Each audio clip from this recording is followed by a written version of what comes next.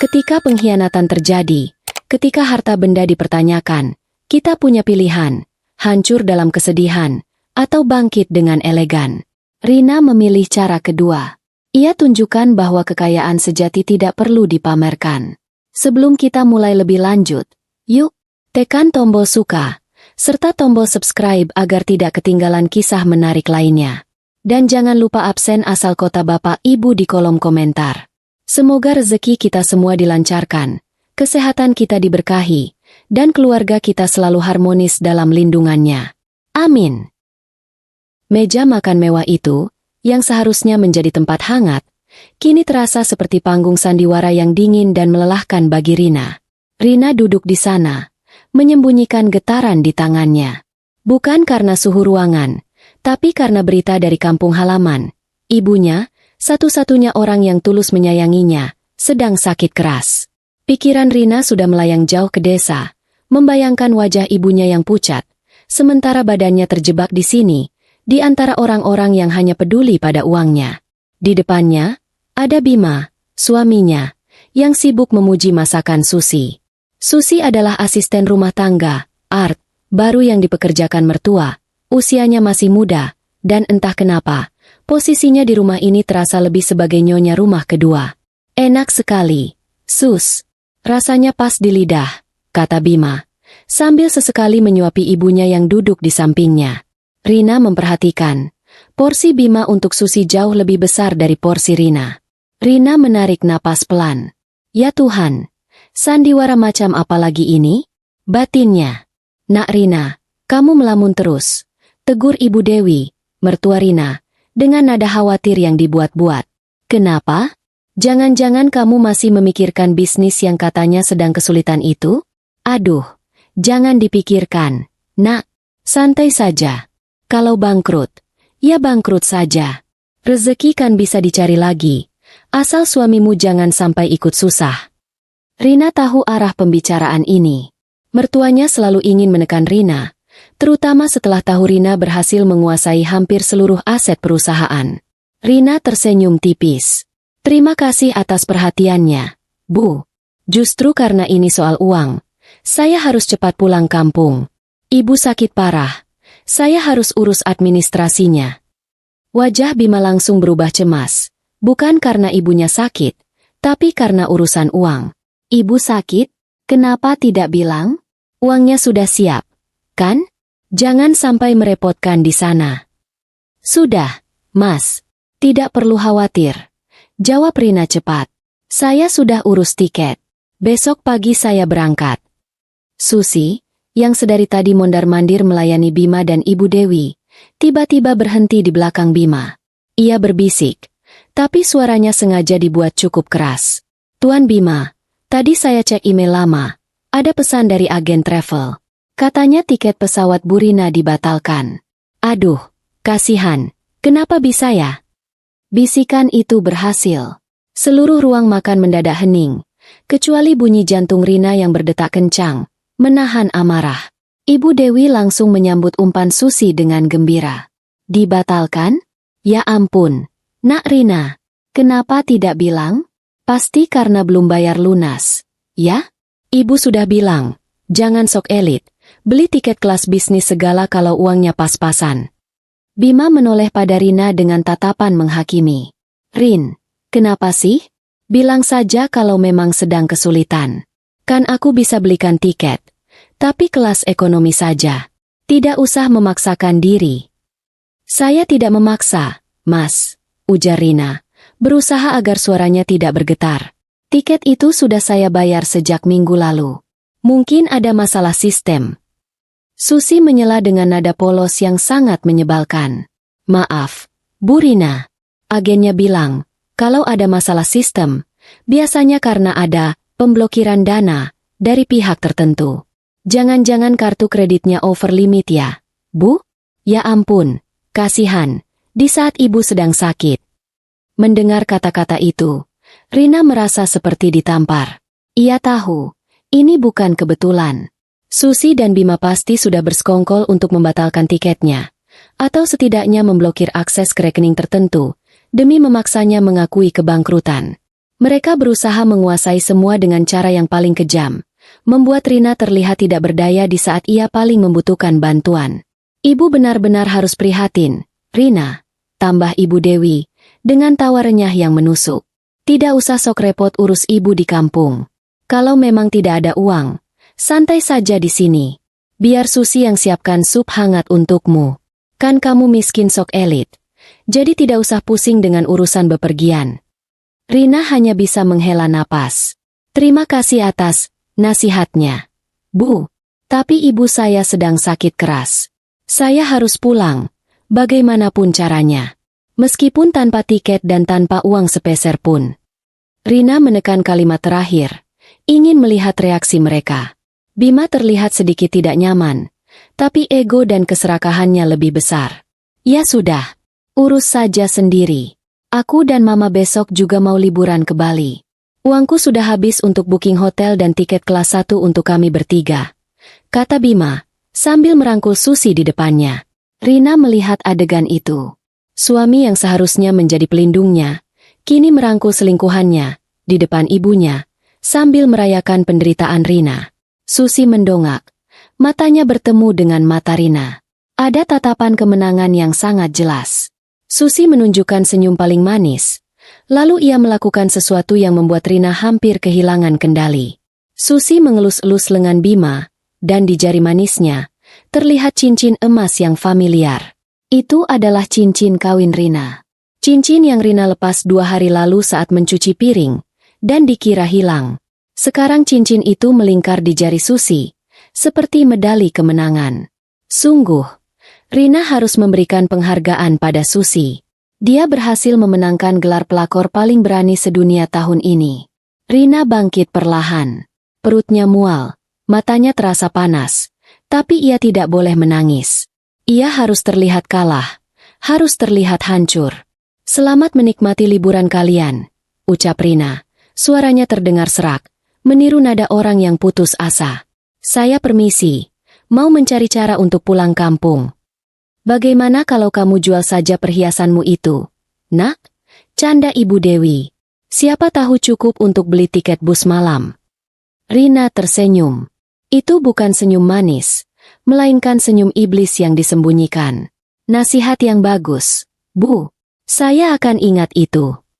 Rina melangkah keluar dari ruang makan. Ia bisa mendengar tawa keras Bima, Ibu Dewi, dan Susi di belakangnya. Tawa yang merayakan kehancurannya. Di dalam kamar, Rina terduduk di pinggir ranjang. Air mata akhirnya menetes. Bukan karena cincin itu, bukan karena Bima, tapi karena ibunya. Ia merasa gagal. Gagal menjadi anak, gagal menjadi istri, dan gagal menjadi wanita yang dihormati di rumahnya sendiri. Sakit. Ya Allah, sakit sekali, bisiknya. Tapi, kesedihan itu cepat berubah menjadi kemarahan dingin. Rina menyeka air matanya dengan kasar. Baik, kalian mau bermain api.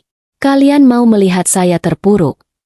Ia berjalan menuju lemari, mengeluarkan kotak tua yang tersembunyi di balik tumpukan baju. Di dalamnya, ada kartu identitas, beberapa dokumen bisnis legal, dan sebuah telepon genggam yang sangat rahasia. Dia menatap ponsel rahasia itu. Ponsel yang hanya dipakai untuk berkomunikasi dengan tim inti yang mengurus aset terbesarnya, mayoritas saham dan kendali penuh atas sebuah maskapai penerbangan domestik terkemuka. Aku akan pulang. Aku akan urus ibuku. Tapi sebelum itu, aku harus pastikan, kalian tidak akan pernah lagi tertawa sepuas ini, gumam Rina. Rina menekan nomor di ponsel itu. Halo, aku Rina. Tolong siapkan semuanya. Aku butuh penerbangan khusus besok pagi. Dan pastikan tiket komersial atas nama Bima, Ibu Dewi, dan Susi hangus saat aku sudah di dalam. Aku ingin melihat mereka diusir di bandara. Rina tersenyum lebar. Senyum yang penuh rencana jahat. Ternyata, jadi, wanita miskin, yang sedang berduka itu jauh lebih mudah. Terutama kalau kamu tahu, sebentar lagi kamu akan memegang kendali penuh atas langit yang mereka tumpangi. Malam itu, kamar tidur mewah yang seharusnya menjadi persembunyian Rina, terasa seperti penjara kaca yang dingin, tempat ia dipaksa melihat pantulan dirinya yang hancur. Rina duduk di sofa kulit, Menatap cincin kawinnya yang kini melingkar di jari Susi, terpatri jelas dalam ingatan. Cincin itu bukan hanya sepotong perhiasan mahal, tapi simbol janji suci yang ia beli sendiri dengan uang hasil keringatnya. Dulu, Bima berjanji untuk setia dan melindungi, tapi malam ini, janji itu sudah berpindah tangan, melingkari jari seorang wanita lain di bawah atap rumah Rina. Perasaan terhina jauh lebih dalam daripada sekadar batalnya tiket pesawat. Tiket bisa dibeli lagi, tapi harga diri yang diinjak-injak di hadapan mertua dan pelakor itu, sulit sekali dicari gantinya. Ya Tuhan, setegak inikah mereka? Batin Rina memejamkan mata erat-erat. Ia sudah menduga adanya hubungan gelap, tapi melihat cincin itu di jari Susi, di hadapannya, adalah deklarasi perang yang paling kejam. Rina bangkit, berjalan mondar-mandir di kamar. Rasa putus asa karena ibunya sakit bercampur dengan bara api kemarahan. Ia harus pulang, ia harus segera menyelesaikan ini. Dia membuka lemari pakaian Bima, mencari dompetnya. Kartu-kartu Bima tersusun rapi, kartu kredit platinum, kartu debit premium. Rina mengambil dompet itu, lalu pergi ke meja rias, mengambil beberapa lembar uang tunai yang tersisa di dalam tas tangannya. Hanya ada ratusan ribu, sisa belanja mingguan yang tidak seberapa. Tiba-tiba, pintu kamar terbuka. Bima masuk, dengan senyum angkuh dan sedikit rasa bersalah yang disembunyikan. Di tangannya, ada secarik amplop putih. Rin, kenapa sih kamu harus bikin drama di meja makan? Aku kan jadi malu di depan Mama dan Susi. Bima memulai, suaranya terdengar jengkel. Rina menoleh, matanya dingin. Drama? Drama apa, Mas? Drama saya harus memohon-mohon uang receh untuk pulang menemui ibu saya yang sakit parah? Sementara kamu asyik merangkul orang lain di depan saya. Bima pura-pura tidak mengerti. Ah, Susi itu kan cuma art. Dia memang cekatan. Sudah. Tidak usah dibesar-besarkan. Nih, katanya, melempar amplop itu ke kasur. Aku kasih kamu uang. Lumayanlah, buat beli tiket bus atau kereta. Tapi jangan bilang ke Mama, ya. Rina mendekat, mengambil amplop itu. Ia membukanya perlahan. Isinya hanya beberapa lembar uang ratusan ribu. Mungkin hanya cukup untuk tiket kereta kelas ekonomi ke kota terdekat. Ini? Tanya Rina. Nadanya datar. Iya, itu cukup, kan? Jangan boros-boros, jawab Bima. Lalu ia duduk di sofa yang tadi diduduki Rina. Kan kamu lagi bangkrut. Harus hemat. Lagi pula, kalau ibu kamu sakit, kamu tidak perlu datang. Cukup kirim doa saja. Lagi pula, kan kamu harus jaga image di sini. Jangan sampai tetangga tahu kamu pulang kampung naik bus. Nanti aku malu. Rina merasakan desahan yang tertahan di dadanya. Jadi, harga ibuku yang sakit hanya setara dengan uang receh ini, dan yang dia pikirkan hanya image-nya? Rina menaruh uang itu kembali ke amplop, lalu meletakkannya di meja. Terima kasih, Mas. Tapi saya tidak butuh uang ini. Saya punya harga diri. Bima tertawa, tawa hambar. Harga diri? Rina, kamu mau pulang ke kampung miskin itu dengan modal harga diri? Di sana tidak ada bank yang mau terima harga diri sebagai jaminan. Sayang. Rina berjalan mendekat ke Bima, menatap mata suaminya lurus-lurus. Saya tidak akan menanyakan kenapa cincin kawin saya ada di jari Susi, ujar Rina pelan. Suaranya menusuk. Tapi saya akan bertanya, kenapa kamu setegak ini, Mas? Di saat saya paling butuh dukungan, kamu malah merayakan kejatuhan saya bersama selingkuhanmu dan ibumu. Apakah saya sebegitu tidak berharganya? Wajah Bima berubah tegang. Ia mencoba mengelak. Jangan mengada-ada. Rina, cincin apa? Susi kan cuma pinjam-pinjam. Kamu saja yang terlalu sensitif. Sudahlah, jangan menghancurkan suasana liburan kami besok. Liburan? Rina menaikkan alisnya. Di saat istri kamu harus berjuang untuk ibu kandungnya yang sedang sakaratul maut, kamu malah memilih liburan mewah ke Bali dengan uang yang seharusnya untuk biaya pengobatan. Bima berdiri, ekspresi marahnya kini lebih jujur daripada penyesalannya. Aku juga butuh liburan.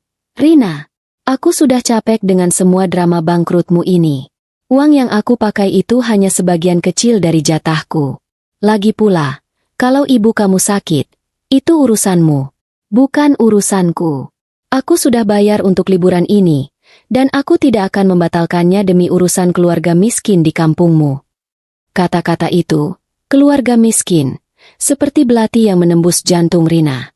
Ia ingat, dulu Bima selalu berjanji akan menghormati keluarganya, apapun latar belakangnya. Sekarang, di masa sulit, janji itu hanyalah sampah. Baiklah, Mas, kata Rina. Nada suaranya tiba-tiba menjadi sangat tenang, menyerupai hening sebelum badai. Saya mengerti sekarang. Selamat menikmati liburan. Mewah, kamu. Saya harap kamu menikmati setiap detik yang kamu habiskan bersama mereka. Rina mengambil tas tangannya, memasukkan ponsel rahasia itu ke dalam saku. Ia tidak butuh uang Bima. Ia hanya butuh waktu. Aku akan pergi besok pagi. Dan aku pastikan, aku akan terbang jauh lebih tinggi daripada yang bisa kamu bayangkan. Bisik Rina, nyaris tak terdengar, namun penuh makna ancaman. Bima hanya tertawa sinis, tidak menangkap makna di balik ketenangan Rina. Terserah, Rina. Mau naik bus, mau naik angkot, silakan. Tapi jangan telepon-telepon aku lagi saat aku di Bali. Aku mau istirahat total. Oh ya, sekalian saja jangan pulang lagi. Aku sudah muak. Tentu, jawab Rina. Aku janji, kamu akan menyesali kata-kata itu. Bima mengedikkan bahu, lalu berjalan keluar kamar, meninggalkan Rina sendirian. Di ambang pintu, ia sempat berteriak. Susi, bawakan aku kopi. Kita harus siapkan koper untuk liburan besok. Mendengar teriakan Bima yang penuh gairah pada Susi, Rina tahu, tidak ada lagi yang tersisa dari pernikahan ini. Yang ada hanya dendam yang harus dibayar lunas. Rina duduk kembali, mengambil ponsel rahasianya. Ia melihat layar. Beberapa notifikasi pesan masuk dari tim keuangannya. Manajer keuangan.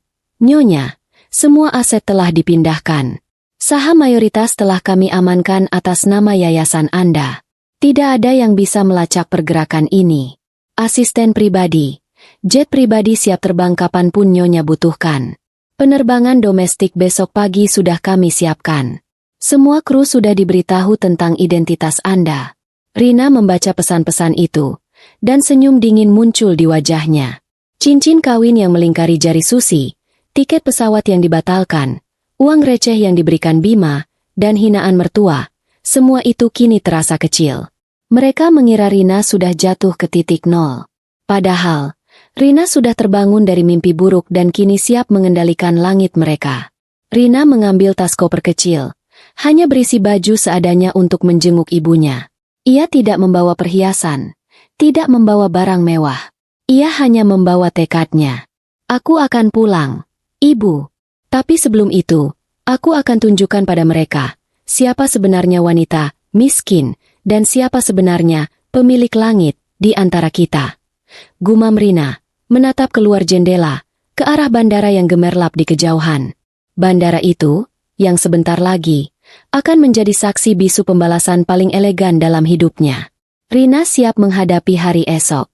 Hari di mana ia akan memilih antara terbang dengan kemewahan pribadinya, atau menyaksikan mereka berdua terseret turun dari langit yang mereka kira sudah jadi milik mereka. Pagi buta.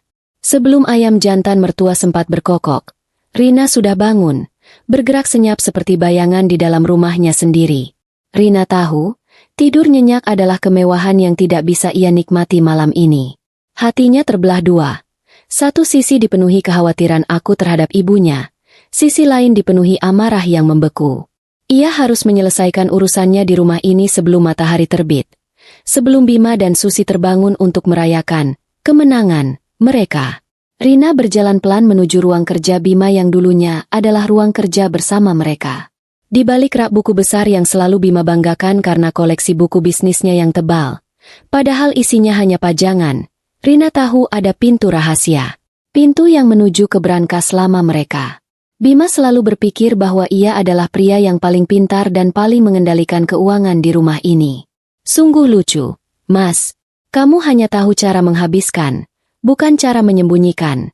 Batin Rina sambil tersenyum kecut. Rina mendorong rak buku itu perlahan. Suara gesekan kayu yang pelan memecah kesunyian. Di balik rak itu, tersembunyi brankas baja tua. Brankas ini berisi kenangan dan bukti. Bukti bahwa Rina adalah pendiri sejati dari kekayaan keluarga ini. Dengan lihai, Rina memasukkan kombinasi angka. Itu adalah tanggal ulang tahun pernikahannya. Tanggal yang Bima sendiri sudah lupa. Setidaknya, angka ini masih berguna, pikir Rina. Pintu brankas terbuka dengan bunyi klik yang berat. Aroma kertas tua langsung menyeruak. Di dalamnya, bukan perhiasan atau uang tunai, melainkan tumpukan dokumen legal yang dilindungi plastik khusus.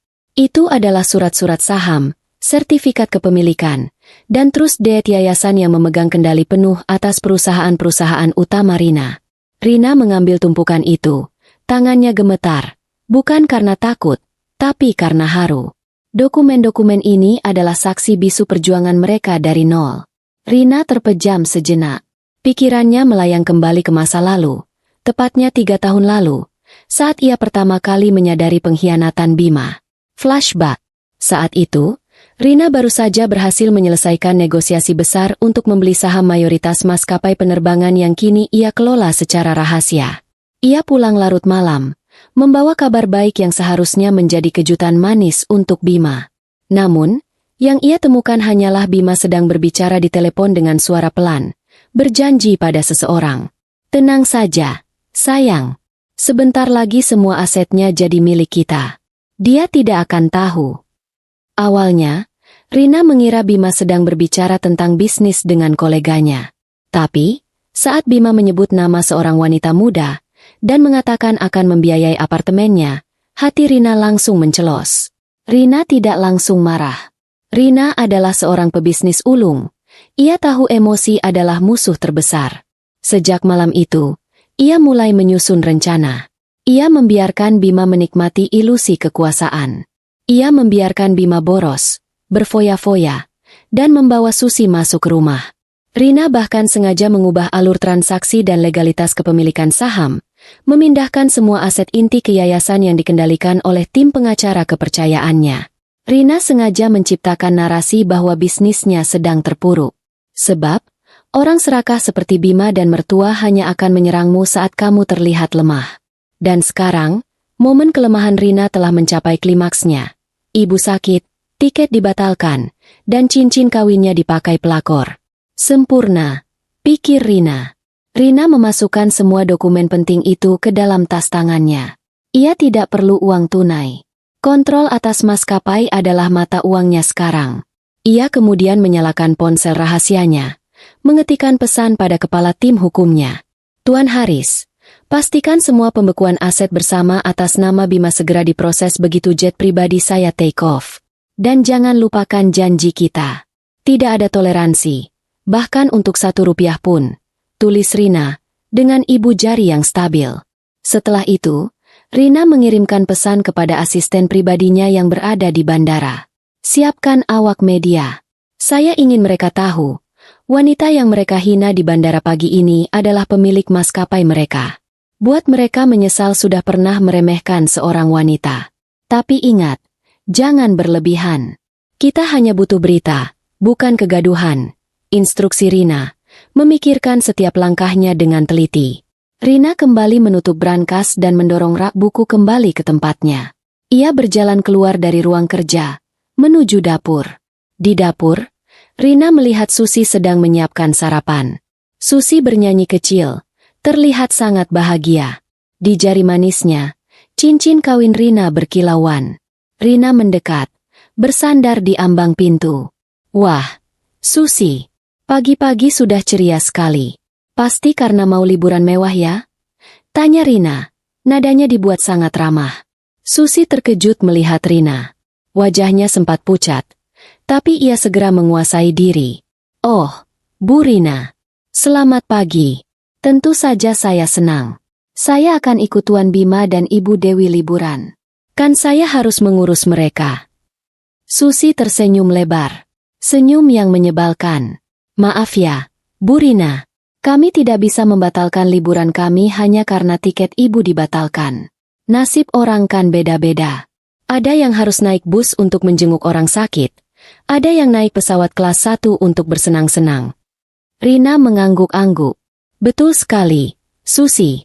Nasib orang memang beda-beda. Tapi, tahukah kamu, Susi? Nasib itu bisa berubah dalam 5 menit. 5 menit itu bisa mengubah kulihat menjadi ratu, atau ratu menjadi pengemis. Susi tertawa meremehkan. Ah, Bu Rina ini ada-ada saja. Kenapa sih, Bu? Dari kemarin bicara soal miskin dan elit. Sudah, terima saja nasibnya. Saya doakan Ibu cepat dapat tiket bus ya, biar cepat sampai di kampung. Terima kasih atas doanya, Susi, jawab Rina. Pandangannya tertuju pada cincin di jari Susi. Saya juga doakan. Semoga liburan kamu kali ini adalah yang terakhir. Nikmati, ya. Susi tidak mengerti arti di balik doa Rina, tapi ia hanya mengangguk bangga. Pasti, Bu. Saya akan nikmati sekali. Oh ya, saya sudah masukkan koper Tuan Bima dan Ibu Dewi ke mobil. Mereka sudah menunggu di depan. Saya permisi, Bu. Susi berjalan melewati Rina. Sebelum Susi mencapai pintu, Rina memanggilnya lagi. Susi, jangan lupa, jaga cincin saya itu baik-baik, ya. Barang berharga, loh. Susi menoleh, dengan wajah penuh kemenangan. Tentu saja, Bu. Saya akan menjaganya dengan baik. Anggap saja ini hadiah perpisahan dari Tuan Bima untuk Ibu. Rina hanya tersenyum. Senyum yang membuat bulu kuduk Susi merinding. Entah kenapa, Rina berjalan keluar rumah, melewati Bima dan Ibu Dewi yang sudah duduk manis di mobil mewah mereka. Wah, sudah mau pergi, Rina? Sapa Ibu Dewi, dengan nada mengejek. Cepat sana. Jangan sampai ketinggalan bus. Oh ya, Bima sudah belikan kamu beberapa mie instan untuk bekal. Itu ada di teras. Rina melihat ke teras. Ada kantong plastik berisi beberapa bungkus mie instan. Bima dan mertua menganggapnya sebagai bekal amal. Humor yang kejam sekali. Rina membungkuk sedikit. Terima kasih banyak, Bu. Terima kasih banyak, Mas Bima. Saya doakan perjalanan kalian lancar dan tidak ada halangan sedikit pun. Rina menekankan kata halangan dengan nada manis, membuat Bima dan Ibu Dewi saling pandang, merasa sedikit tidak nyaman, tapi segera menepisnya. Sudah, Bima. Ayo kita pergi. Jangan buang waktu untuk wanita yang sudah tidak punya apa-apa ini, seru Ibu Dewi. Mobil mewah itu melaju kencang, meninggalkan Rina sendirian di teras rumah. Rina mengambil bungkusan mie instan itu, tersenyum. Mie instan ya? Lumayan. Akan kubawa. Siapa tahu ada yang butuh sarapan darurat di bandara nanti. Gumam Rina. Matanya bersinar penuh rencana. Rina tahu, saat ini ia terlihat seperti wanita yang kalah dan terbuang. Tapi, di balik penampilannya yang sederhana, ia adalah seorang ratu yang baru saja menarik diri dari sarang ular. Dan sebentar lagi, ia akan menunjukkan kepada mereka betapa kejamnya pemilik langit ketika dia memutuskan untuk membalas dendam. Bandara adalah tujuannya. Tapi, bukan untuk naik bus. Ini adalah awal dari pertunjukan tunggalnya. Rina berdiri di ambang pintu rumahnya yang megah, menatap punggung mobil mewah yang membawa suami, mertua, dan pelakornya menjauh.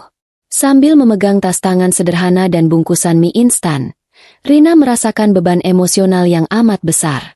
Seharusnya, saat ini ia sudah berada di pesawat, melaju kencang menuju kampung halaman. Namun, ia malah berdiri di sini, terhina, ditinggalkan, dan dipaksa melihat kebahagiaan palsu orang-orang yang mengkhianatinya.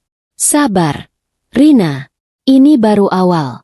Rina mengingatkan dirinya sendiri.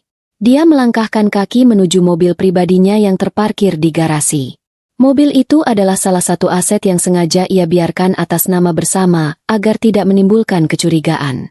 Rina mengemudi sendiri, meninggalkan kompleks perumahan elit itu tanpa menoleh ke belakang. Dia tidak tahu kapan akan kembali ke rumah itu, atau bahkan, apakah ia masih ingin kembali ke sana. Dalam perjalanan, telepon genggam Rina berdering kencang. Itu adalah nomor dari pamannya di kampung. Panggilan yang selalu ia takuti. Rina segera menepi dan mengangkat telepon itu. Jantungnya berdetak tak karuan. Halo, Paman? Bagaimana kondisi ibu? Tanya Rina, suaranya tercekat. Di ujung telepon, suara pamannya terdengar panik dan bergetar.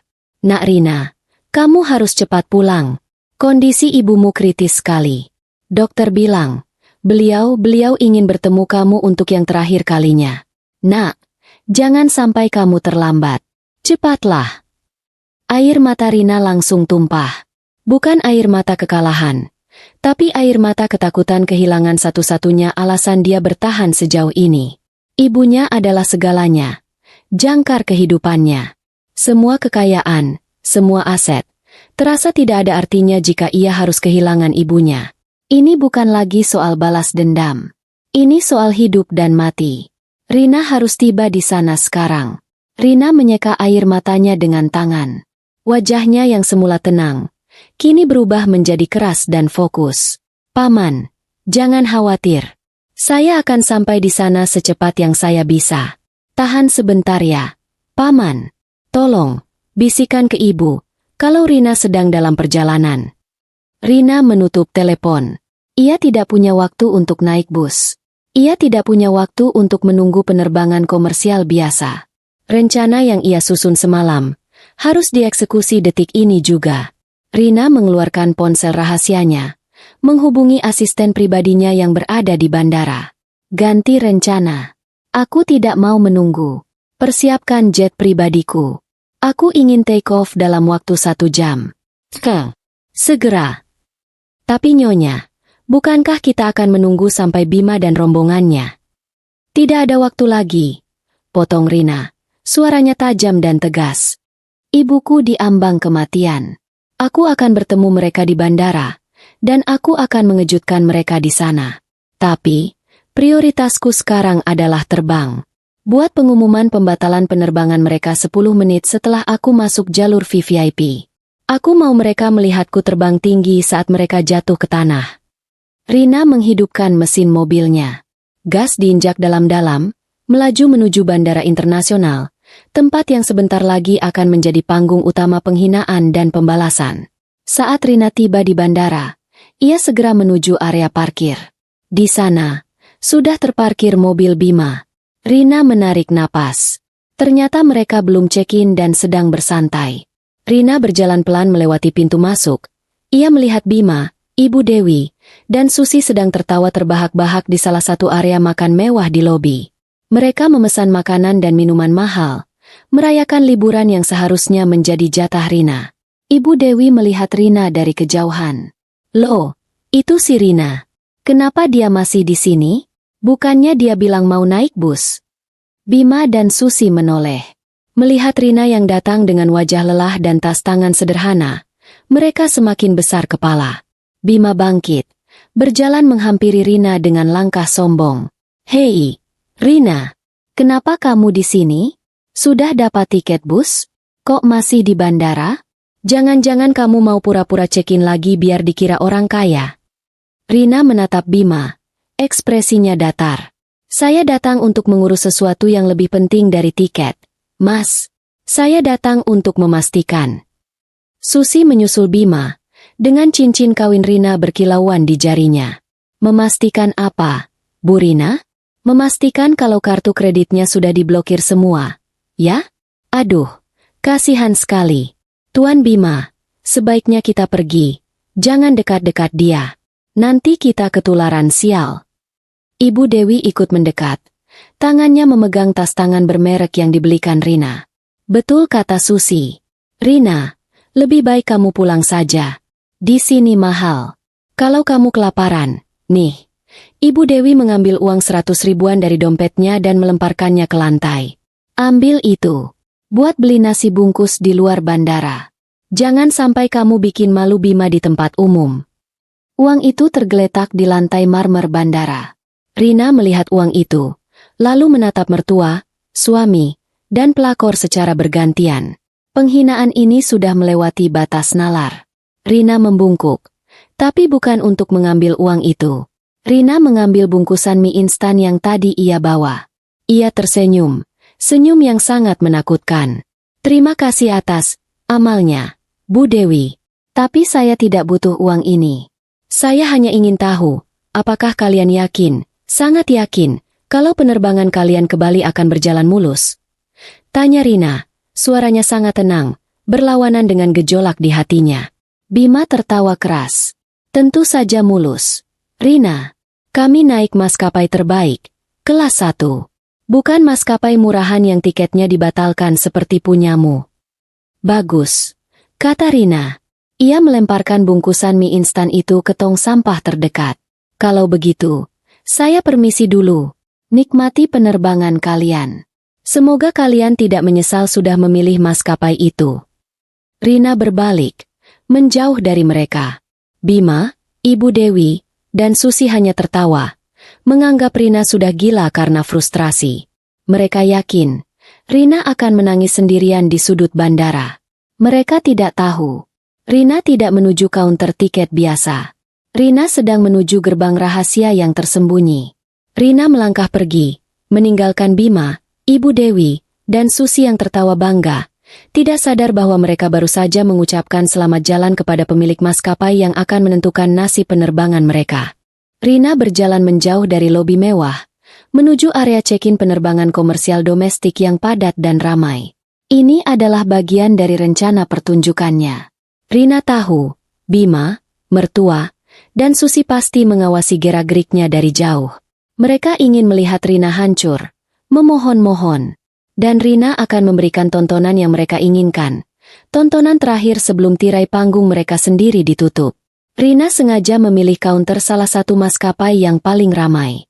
Dia berdiri dalam antrian panjang, terlihat lesu dan cemas, persis seperti penumpang biasa yang sedang mengalami masalah besar. Antrian itu bergerak sangat lambat. Rina melihat jam tangannya. Ia punya waktu terbatas. Ibunya menunggu. Tapi drama ini harus tuntas. Sesekali, Rina pura-pura menengok ke belakang, seolah mencari seseorang. Tentu saja, orang yang dicari adalah Bima dan rombongannya.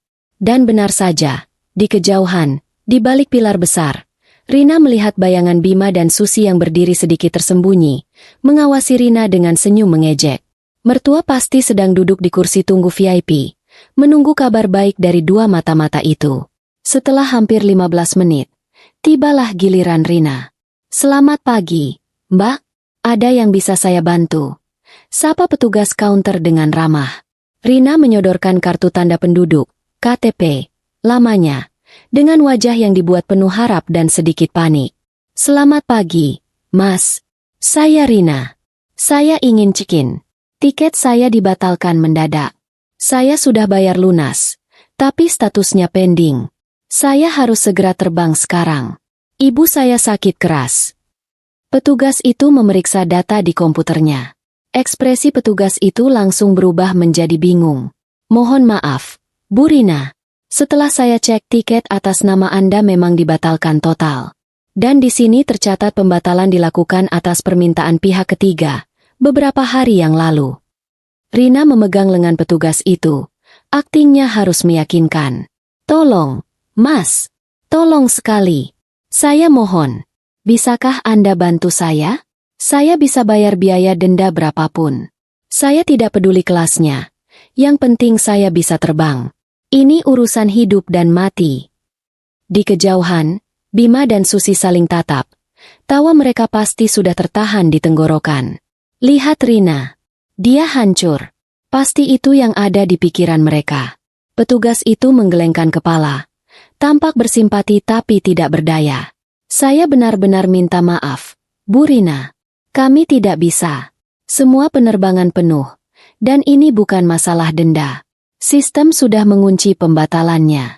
Anda harus menghubungi pihak agen yang membatalkan. Rina menarik napas panjang. Ekspresinya berubah dari memohon menjadi benar-benar putus asa. Ia menundukkan kepala, membiarkan rambutnya menutupi wajah. Ia berdiam di sana selama beberapa detik, seolah sedang menangis. Ini adalah puncak aktingnya. Rina ingin Bima dan Susi melihat kekalahannya yang total. Ya Tuhan, apa yang harus kulakukan sekarang? Bisik Rina, cukup keras agar Bima dan Susi bisa membaca gerak bibirnya. Petugas itu akhirnya menyarankan dengan lembut. Mungkin Anda bisa coba maskapai lain, Bu? Tapi sepertinya hari ini semua padat. Atau, Anda bisa mencoba transportasi darat. Rina mengambil KTP-nya kembali. Ia mengucapkan terima kasih dengan suara yang sangat pelan dan serak, menyerupai tangisan tertahan. Ia berbalik, berjalan gontai, meninggalkan counter check-in yang ramai itu. Saat berjalan melintasi lobi, Rina memastikan jalannya melewati posisi Bima dan Susi. Bima tidak tahan. Ia berjalan menghampiri Rina. Wajahnya menyeringai. Gimana, Rina? Sudah dapat tiket ke surga? Tuh kan aku bilang, jangan sok elit. Mending kamu tadi ambil uangku, buat beli tiket kereta ekonomi. Susi berdiri di samping Bima, menyentuh lengan Bima manja. Cincin kawin Rina di jari Susi terasa mengejek. Sudahlah, Tuan Bima. Kasihan Bu Rina. Lagi banyak musibah. Mungkin dia butuh uang receh lagi buat beli minum. Nih, Bu. Susi mengeluarkan beberapa koin dari saku celananya dan menjatuhkannya ke lantai, tepat di depan sepatu Rina. Ambil, Bu. Buat beli air mineral. Biar tidak dehidrasi di bandara, kata Susi. Tawanya terdengar sangat meremehkan. Rina melihat koin-koin itu. Koin yang jumlahnya tidak ada artinya, tapi mewakili seluruh hinaan yang ia terima. Rina hanya menatap Susi. Tatapannya kosong. Ia kemudian menunduk, bukan untuk mengambil koin, tapi untuk melihat sepatu Bima. Rina tahu, Bima paling benci jika sepatunya kotor. Tanpa berkata apa-apa, Rina berjalan lurus, meninggalkan koin-koin itu tergeletak. Ia memilih duduk di bangku tunggu umum yang letaknya agak tersembunyi, tempat di mana penumpang pesawat kelas bawah biasanya menunggu. Bima dan Susi kembali ke tempat mereka, tertawa senang. Wanita itu sudah hancur. Dia tidak akan bisa pulang, Tuan Bima. Dia sudah kalah total, bisik Susi. Manja. Rina duduk sendirian di bangku kayu yang keras. Ia melihat Bima dan Susi di kejauhan, merayakan kemenangan. Bagus. Nikmati panggung kalian, batin Rina. Rina mengeluarkan ponsel rahasianya. Ia melihat jam. Waktu sudah menunjukkan pukul 9 pagi. Waktu yang tepat. Ia mengetikkan pesan pada timnya. Aku sudah berada di posisi. 5 menit lagi. Siapkan kedatangan tim VVIP di gerbang tersembunyi. Dan pastikan, mereka semua melihatku saat aku bangkit dari bangku ini. Rina menyandarkan kepalanya ke dinding. Ia memejamkan mata sejenak, menenangkan dirinya. Pikirannya kembali pada ibunya. Ibu, tunggu Rina sebentar lagi. Rina akan datang dengan cara yang paling terhormat. Setelah ini, tidak akan ada lagi yang berani menghina Rina dan keluarga kita, bisik Rina. Rina membuka matanya. Ekspresi putus asa sudah lenyap, digantikan oleh ketenangan baja. Pertunjukan pura-pura sudah selesai. Sekarang, waktunya pertunjukan sesungguhnya. Rina duduk sendirian di bangku kayu keras, di sudut bandara yang jauh dari gemerlap lobi utama. Posisi ini ia pilih bukan karena kebetulan, melainkan untuk memastikan sandiwaranya terlihat otentik. Rina sengaja memilih area yang didominasi oleh penumpang yang membawa banyak barang bawaan, dengan wajah letih menunggu penerbangan murah. Disinilah ia menempatkan dirinya, sebagai wanita yang terpuruk dan tak punya pilihan. Ia melihat ke arah lobi mewah. Bima, Ibu Dewi, dan Susi baru saja selesai check-in dan sedang berjalan menuju ruang tunggu eksklusif mereka. Mereka berjalan dengan langkah angkuh. Susi tampak bangga menenteng tas baru yang pasti dibelikan Bima. Perpisahan yang kejam itu sebentar lagi akan mencapai klimaksnya, pikir Rina. Susi, yang selalu ingin menang, tiba-tiba menunjuk ke arah Rina. Bima dan Ibu Dewi pun ikut menoleh. Wajah mereka menyeringai lebar. Mereka tidak repot-repot menghampiri Rina. Merasa Rina tidak layak lagi diajak bicara dari dekat. Ibu Dewi melambaikan tangan dengan gerakan berlebihan, seolah melambaikan tangan pada pengemis di jalan. Ia berteriak. Suaranya sengaja dikeraskan agar Rina mendengarnya jelas. Selamat tinggal, Nak Rina. Semoga kamu cepat dapat tumpangan. Jangan lupa, kalau naik bus, jendela harus ditutup rapat, ya, biar debunya tidak bikin kamu tambah dekil. Bima tertawa, lalu dengan gerakan pamer, ia mencium kening Susi tepat di depan mata Rina, seolah ingin menegaskan, peranmu sudah digantikan. Susi menyambut ciuman itu dengan manja, lalu ikut berteriak. Sampai jumpa di rumah ya, Bu Rina. Nanti saya akan video call dari kolam renang di Bali. Semoga Bu Rina tidak iri. Rina hanya menatap balik, tanpa emosi, tanpa air mata. Ia membiarkan penghinaan itu masuk, seperti membiarkan racun masuk, karena ia tahu, sebentar lagi ia akan menemukan penawarnya. Melihat Rina hanya diam, Bima merasa tidak puas. Ia mengeluarkan ponselnya, mengambil foto selfie bersama Susi dan mertua, dengan latar belakang keramaian bandara. Rina yakin, foto itu pasti akan dikirimkan padanya, atau bahkan diunggah ke media sosial untuk mempermalukannya. Setelah puas melancarkan ejekan terakhir, Bima dan rombongan melenggang masuk ke pintu ruang tunggu eksekutif, yang biasanya hanya bisa diakses oleh penumpang kelas 1 atau pemegang kartu premium. Bagi mereka, Rina sudah tamat. Rina adalah masa lalu yang menyedihkan. Rina melihat pintu itu tertutup. Ia menarik napas panjang. Ini dia. Waktu pertunjukan. Rina mengecek jam di ponsel rahasianya. Tepat pukul 9.30. Rina bangkit dari bangku kayu itu. Ia merapikan sedikit pakaiannya yang memang sederhana. Ia tidak perlu make up tebal. Ia hanya perlu aura. Aura seorang pemilik. Tiba-tiba, sebuah suara tegas dan hormat memecah kebisingan area tunggu itu. Permisi. Apakah Anda Nyonya Rina? Seorang pria bersetelan jas lengkap, yang terlihat seperti manajer bandara, didampingi dua staf keamanan berwajah serius, berdiri tepat di depan Rina. Pria itu tampak sangat rapi dan formal, sangat kontras dengan keramaian di sekitarnya.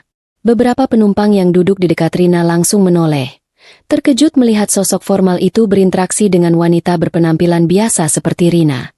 Ya, saya Rina. Ada yang bisa saya bantu? Jawab Rina, suaranya tenang, sudah kembali ke mode bisnis. Pria bersetelan jas itu membungkuk sedikit, gestur yang sangat jarang terlihat di area publik bandara. Mohon maaf atas penundaan ini, Nyonya. Kami baru saja menerima instruksi darurat.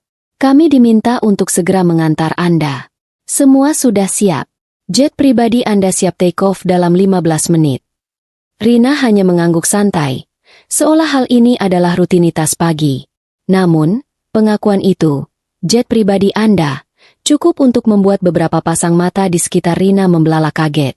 Manajer bandara itu kemudian menyerahkan sebuah kartu akses yang sangat eksklusif, berwarna emas hitam. Silakan, Nyonya. Kami akan mengantar Anda melalui jalur VVIP. Tolong ikuti saya.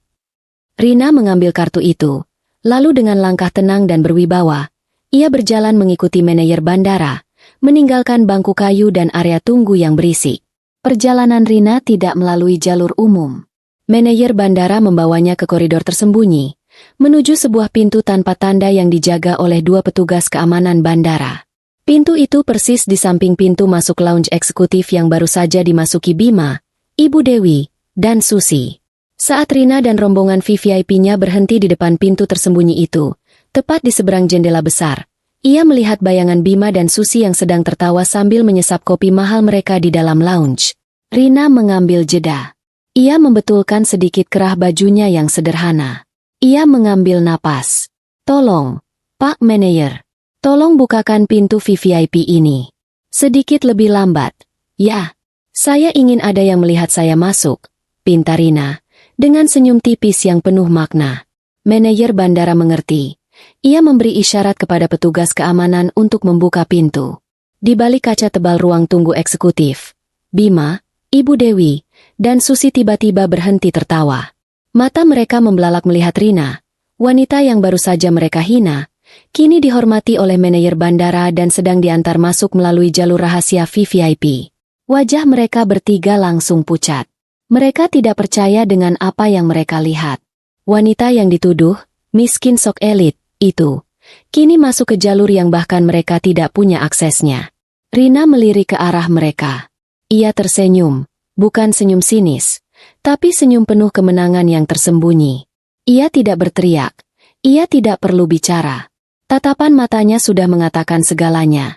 Permainan ini belum berakhir. Rina melangkah masuk ke balik pintu rahasia itu, meninggalkan Bima, Ibu Dewi, dan Susi yang membeku kaku di ruang tunggu mewah mereka. Pintu VVIP itu tertutup perlahan, seolah menutup babak lama kehidupan Rina.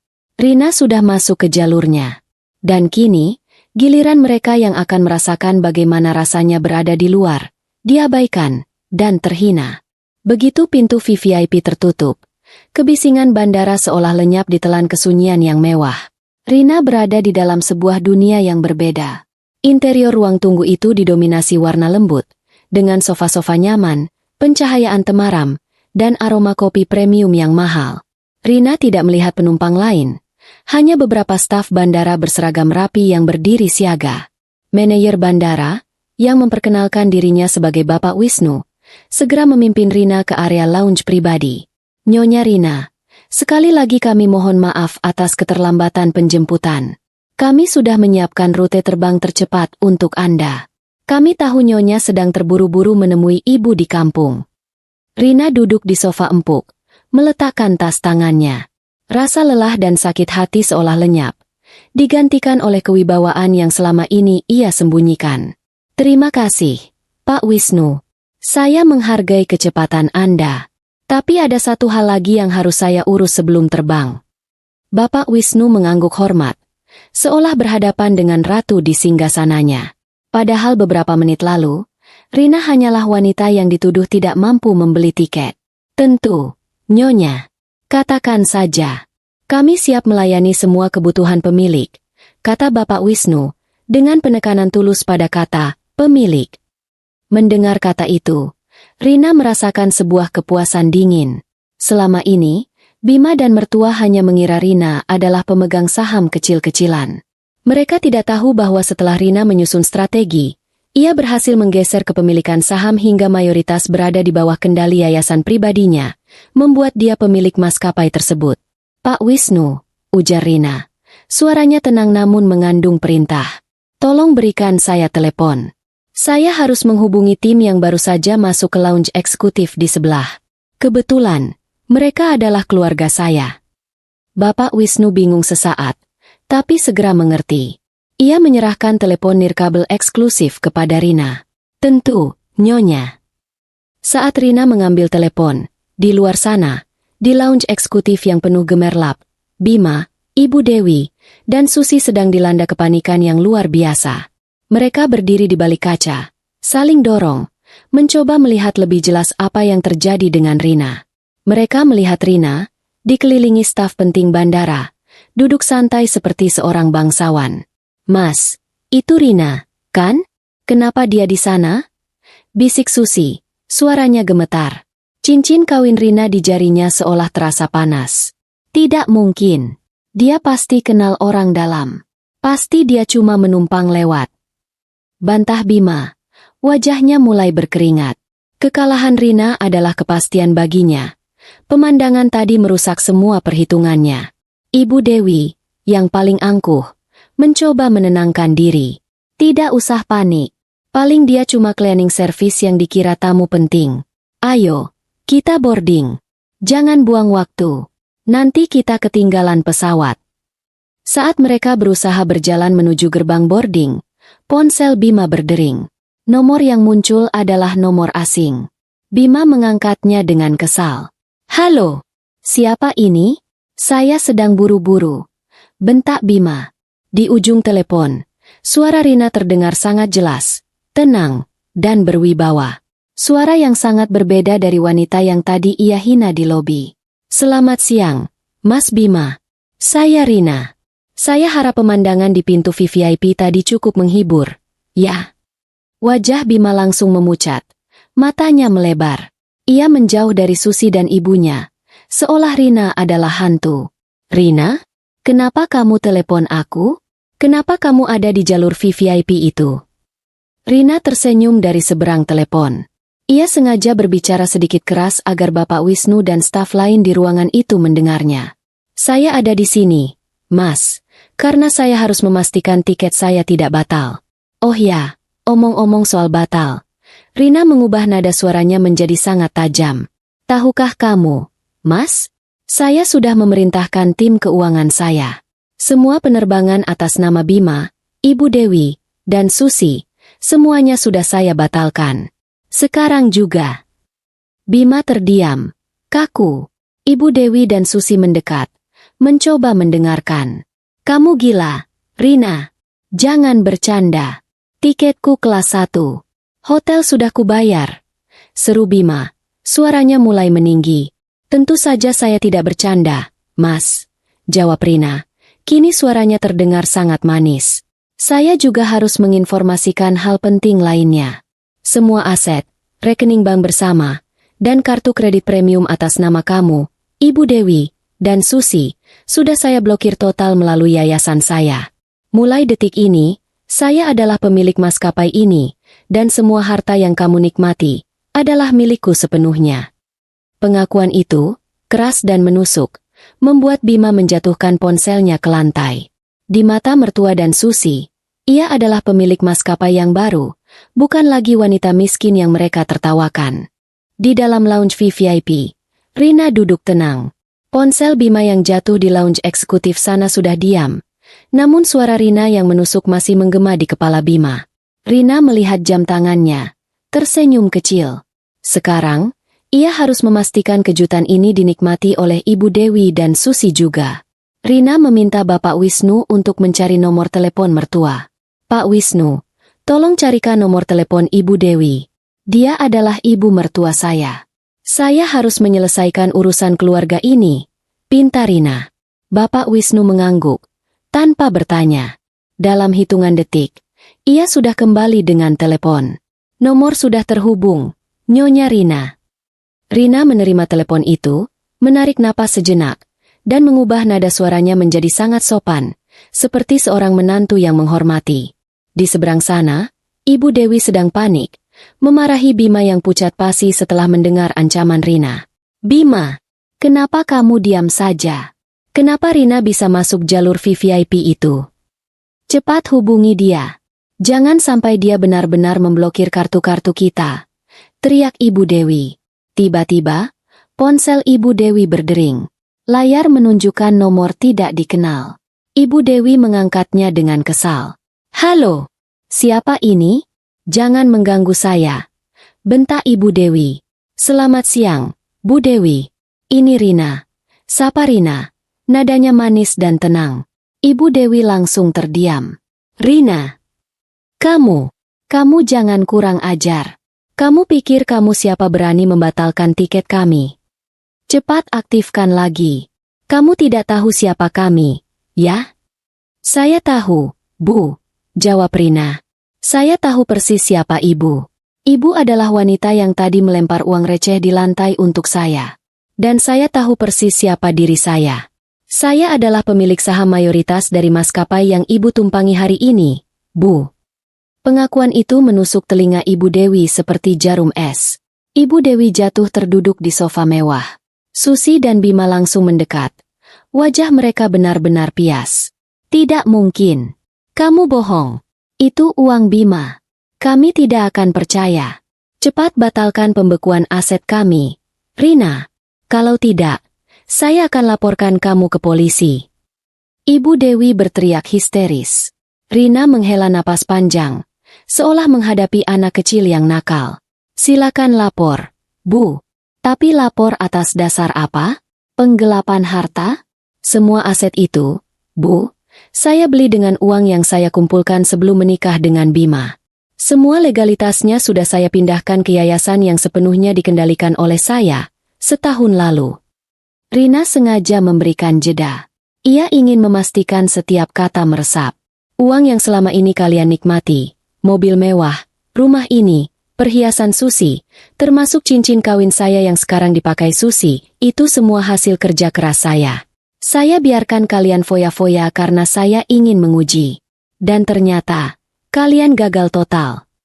Dan sekarang, Ibu Dewi, lanjut Rina, suaranya kini terdengar seperti belas kasihan. Saya harus berpamitan. Saya sudah mengaktifkan pembekuan aset total. Artinya, kartu kredit kalian akan ditolak dimanapun, dan mobil mewah kalian sudah diambil oleh tim hukum saya di depan rumah. Bima, yang mendengar itu, langsung berteriak di samping ibunya. Rina, jangan gila. Aku suamimu. Jangan sentuh mobil-mobilku. Suami. Rina tertawa kecil. Tawa yang sangat menghina. Suami yang mengizinkan selingkuhanmu memakai cincin kawin istri sah dan menelantarkan ibunya yang sakit? Maaf, Mas. Saya sudah mengajukan gugatan cerai secara resmi pagi ini. Dan untuk Susi, Rina sengaja menyebut nama Susi. Saya yakin kamu akan segera diusir dari rumah itu. Cepat kembalikan cincin saya. Itu bukan hadiah, tapi barang bukti. Susi langsung mencopot cincin itu. Wajahnya sudah banjir air mata ketakutan, bukan lagi air mata drama. Ia melempar cincin itu ke lantai saking paniknya. Rina menutup telepon. Ia tersenyum pada Bapak Wisnu. Urusan keluarga selesai. Pak, sekarang, saya siap terbang. Tolong pastikan mereka tidak menimbulkan masalah di area bandara. Di lounge eksekutif, Bima, Ibu Dewi, dan Susi terdiam, pucat pasi. Dalam sekejap, mereka berubah dari orang kaya yang sombong, menjadi orang miskin tanpa daya. Bima tiba-tiba panik. Ia berteriak, "Tidak, kita harus naik pesawat. Kalau kita sudah di Bali, Rina tidak bisa berbuat apa-apa." Bima dan rombongan bergegas menuju gerbang boarding pesawat mereka. Mereka menunjukkan tiket kelas 1 mereka dengan bangga kepada petugas. Petugas itu memeriksa data, lalu menggelengkan kepala. "Mohon maaf, Bapak dan Ibu. Penerbangan Anda, tujuan Bali, sudah dibatalkan total. Statusnya, pembatalan darurat oleh pemilik maskapai." Bima, Ibu Dewi, dan Susi saling pandang. Mereka sudah kehilangan segalanya. Bahkan harapan terakhir mereka untuk lari pun sudah dipotong oleh Rina. Rina, dari balik jendela VIP yang gelap, menyaksikan semua drama itu. Ini adalah puncak pembalasan yang manis. Di gerbang keberangkatan pesawat menuju Bali, suasana mendadak kacau. Bima, Ibu Dewi, dan Susi berdiri di sana, dikelilingi oleh petugas keamanan bandara dan manajer gate. Setelah menerima kabar pembatalan dari petugas, Bima menjadi sangat emosional. Ia mencengkeram kerah baju petugas gate.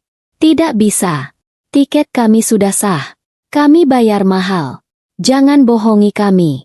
Siapa yang berani membatalkan penerbangan kelas 1? Petugas gate yang berwajah tegang itu hanya bisa menjawab, "Maaf, Tuan. Ini adalah perintah langsung dari manajemen tertinggi. Ada masalah besar dengan status penumpang. Dan kami baru saja menerima laporan. Semua kartu kredit dan kartu debit yang Anda gunakan untuk transaksi di bandara ini sudah diblokir." Pengumuman itu langsung menarik perhatian penumpang lain yang sedang menunggu boarding. Ibu Dewi, yang merasa harga dirinya diinjak-injak, berteriak histeris. "Tidak mungkin. Kartu kredit saya tidak pernah diblokir. Saya ini orang kaya.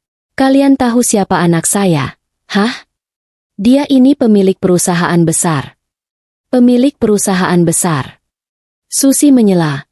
Suaranya gemetar penuh ketakutan, bukan kesombongan. "Bima, Rina bilang dia pemilik maskapai ini. Dia membatalkan penerbangan kita."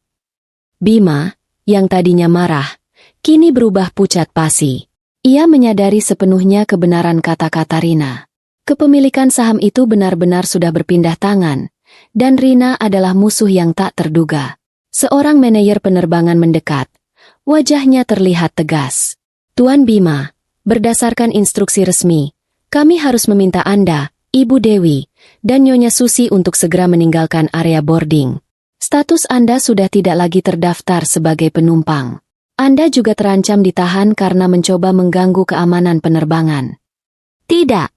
Aku tidak mau. Aku harus ke Bali. Semua sudah diatur." Raung Bima, kini benar-benar terlihat seperti orang gila. Petugas keamanan kemudian mengambil langkah maju. Dengan gerakan cekatan namun sopan, mereka mulai menggiring Bima, Ibu Dewi, dan Susi menjauh dari keramaian, diiringi bisikan dan tatapan penasaran dari penumpang lain. Momen itu adalah pemandangan yang paling memalukan dalam hidup mereka. Orang-orang yang tadi mereka remehkan, kini menyaksikan kehancuran mereka secara langsung. "Dasar penipu. Orang miskin pura-pura kaya," teriak seorang penumpang. "Lihat, mereka diusir," bisik penumpang lain, sambil merekam kejadian itu dengan ponsel mereka. Ibu Dewi, yang paling tidak bisa menerima kenyataan, terus meronta-ronta. Rina, ini pasti perbuatan Rina. Dasar menantu durhaka. Kami akan membalasmu. Susi, yang tadinya bangga, kini hanya bisa menutup wajahnya dengan tas mewah yang ia pegang. Ia tahu, masa-masa indah, mobil mewah, dan cincin kawin di jarinya sudah berakhir. Ia bukan lagi nyonya muda. Ia hanya seorang art yang kini ikut terseret dalam kejatuhan tuannya. Dari balik kaca tebal di lounge VVIP, Rina menyaksikan semuanya. Ia tidak tertawa. Wajahnya tetap tenang, tapi di dalam hatinya, ia merasakan kelegaan yang luar biasa.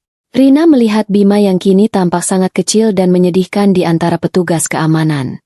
Pria yang tadi pagi meninggalkannya, meremehkan penderitaannya, kini mengalami penderitaan yang jauh lebih besar dan disaksikan oleh banyak orang. Bapak Wisnu, yang berdiri di samping Rina, berbisik perlahan. Nyonya, tim keamanan kami akan memastikan mereka meninggalkan area bandara tanpa insiden. Dan tim hukum Nyonya sudah menunggu di kantor kepolisian terdekat untuk mengamankan aset-aset yang tersisa. Rina mengangguk. Terima kasih, Pak Wisnu. Saya harus pergi sekarang. Ibu saya menunggu. Tolong pastikan, bungkusan mie instan yang saya tinggalkan di lobi tadi, diberikan kepada mereka. Mungkin mereka butuh sarapan darurat di kantor polisi.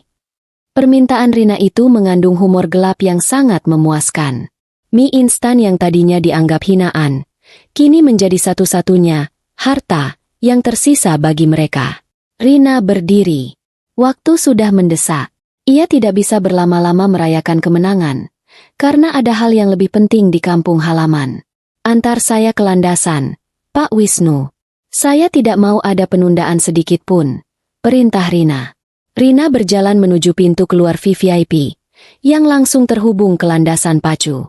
Ia meninggalkan bandara yang ramai, meninggalkan Bima, Ibu Dewi, dan Susi yang kini mungkin sedang diinterogasi di kantor keamanan, tanpa uang, tanpa tiket, dan tanpa harga diri. Rina telah memenangkan perang. Sekarang, ia siap menghadapi pertempuran paling penting dalam hidupnya, menemui ibunya. Rina berdiri di ambang pintu jet pribadinya. Angin landasan pacu menerpa wajahnya. Ia tidak lagi melihat dirinya sebagai wanita yang terhina, melainkan sebagai seorang pejuang yang telah merebut kembali harga dirinya. Di bawah sana, mobil mewah bandara sudah menunggunya. Bapak Wisnu dan beberapa kru pesawat berbaris rapi, memberikan penghormatan terakhir. Sebelum melangkah naik, Rina menoleh sejenak ke arah terminal bandara. Ia membayangkan Bima, mertua, dan Susi yang mungkin sekarang sedang duduk di kursi kayu dingin kantor keamanan, tanpa uang dan tanpa harapan. Rina merasakan kelegaan yang besar, tetapi tidak ada rasa bahagia yang meluap-luap. Balas dendam memang manis, tapi tidak bisa menyembuhkan luka di hati. Cincin kawin itu sudah ia tinggalkan di lantai lounge, melambangkan pernikahan yang sudah lama mati. Yang Rina inginkan sekarang hanyalah kedamaian. Rina menaiki tangga pesawat jet pribadinya.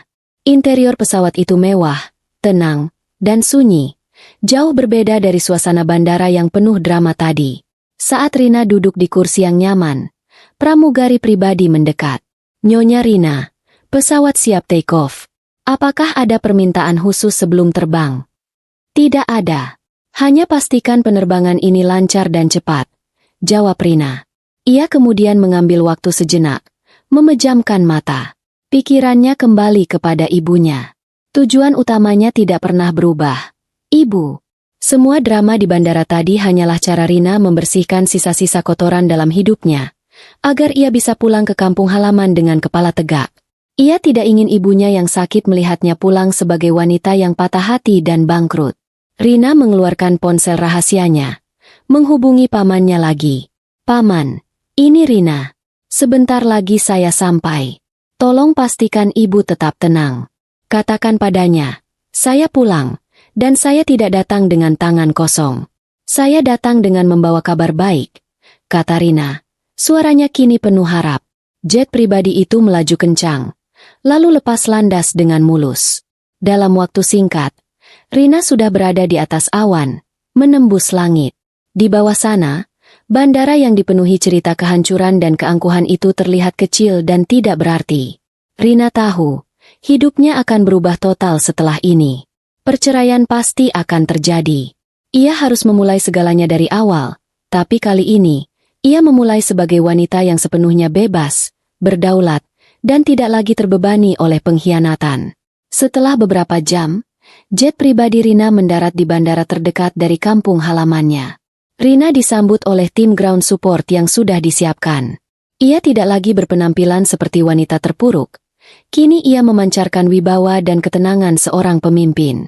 Rina menaiki mobil yang sudah disiapkan, langsung menuju rumah sakit di kampung. Saat Rina memasuki ruangan ibunya, hatinya mencelos. Ibunya terlihat sangat lemah, namun mata ibunya bersinar begitu melihat Rina datang.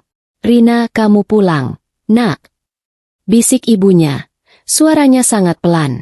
Rina mendekat, menggenggam tangan ibunya erat-erat. "Iya, Bu. Rina pulang. Maaf Rina terlambat." Tapi Rina pulang dengan bangga, "Bu." Rina menceritakan semua yang terjadi, bukan tentang balas dendamnya, tapi tentang keputusannya untuk meninggalkan semua yang meracuni hidupnya. Ia menceritakan bagaimana ia merebut kembali apa yang menjadi haknya. Ibunya tersenyum tulus. "Ibu tidak pernah ragu denganmu. Nak, kamu wanita yang kuat. Sekarang, kamu sudah bebas. Tinggalkan masa lalu itu. Fokus pada dirimu dan kebahagiaanmu." Rina menangis, tapi ini adalah tangisan yang melegakan. Ia sudah mendapatkan restu dan pengakuan yang sesungguhnya. Sementara Rina merawat ibunya di kampung, di bandara sana, nasib Bima, Ibu Dewi, dan Susi berakhir tragis. Mereka dijemput oleh petugas kepolisian untuk mempertanggungjawabkan aset-aset yang diblokir dan potensi gugatan cerai Rina. Mereka terpaksa pulang naik bus umum, membawa serta rasa malu yang tak terobati. Mereka yang mengira Rina sudah jatuh, tidak tahu bahwa Rina hanya sedang mengambil ancang-ancang untuk terbang setinggi mungkin. Rina menghabiskan beberapa hari di kampung, merawat ibunya hingga kondisinya membaik. Ia menyadari, kekayaan terbesar bukanlah maskapai yang ia miliki, melainkan ketenangan hati dan cinta tulus dari keluarga. Di hari kepulangannya, Rina berjanji pada ibunya untuk tidak lagi menoleh ke belakang. Ia akan menggunakan kekuasaannya untuk hal-hal yang lebih baik. Rina terbang kembali ke Jakarta. Kali ini, ia terbang sebagai wanita yang utuh. Ia telah meninggalkan suaminya yang serakah, mertuanya yang angkuh, dan pelakor yang culas. Rina, si pemilik maskapai yang miskin sok elit, akhirnya menemukan arti kebebasan yang sesungguhnya di atas awan.